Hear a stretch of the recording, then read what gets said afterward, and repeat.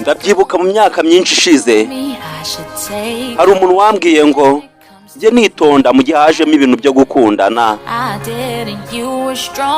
wari ukomeye njye nadakomeye, kubona ibidaha nibyo byabaye ikosa ryanjye. narabyibagiye kuko ntacyo nari nitayeho, ni amagambo ndetse ubu aka kanya byose byarangiye ntagira icyo kuvuga. waragiye ndetse n'imbaraga nzishushizemo, ubu waratsinze. ushaka wagenda ukababwira ngo babwire ko ubu byose mbizi. genda usakuze hejuru pe, genda wandike hejuru ku kirere. ubu byose twari dufite byararangiye aka kanya. babwire ko nari nishimye ndetse ko umutima wanjye wamenetse, inkovu zanjye ubu ngubu ziragaragara. babwire ko ibyo nari nizeye byose byabaye ibidashoboka, byabaye ibidashoboka, byabaye ibidashoboka. kugwa mu rukundo ubeshwa, ubugambanyi bukabije, imitima umuntu wizeraga akakugambanira, ubu byose ndabizi.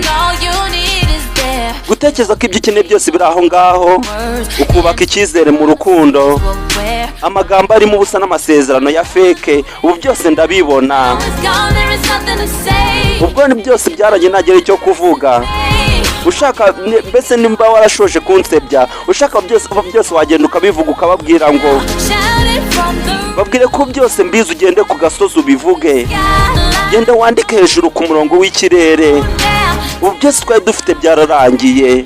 basi babwire ko nari nishimye ndetse ko umutima wanjye wakomeretse ndetse n'inkovu zanjye ziragaragara. babwire ko ibyo nizeye byose byabaye ibidashoboka. ibyo nari nizeye byose byararangiye ibidashoboka, byabaye ibidashoboka, byabaye ibidashoboka, ibidashoboka, impossible. byagenze bite? aya basi byose byabaye ibidashoboka.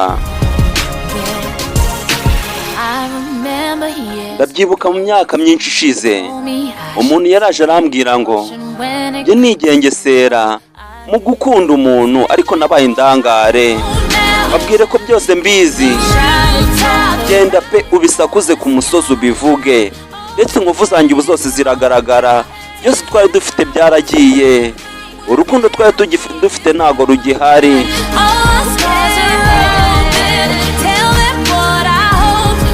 babwire ko ibyo nizeye byose byabaye ibidashoboka, byose byabaye ibidashoboka, ibidashoboka, byabaye ibidashoboka, byabaye ibidashoboka. akarimbo nkatuye inshuti yanjye bita Amos. ati ndibuka mu myaka yashize umuntu yaraje arambwira ngo njye nitonda mu gihe hajemo ibintu byo gukundana, ariko nabaye indangare, ndakunda.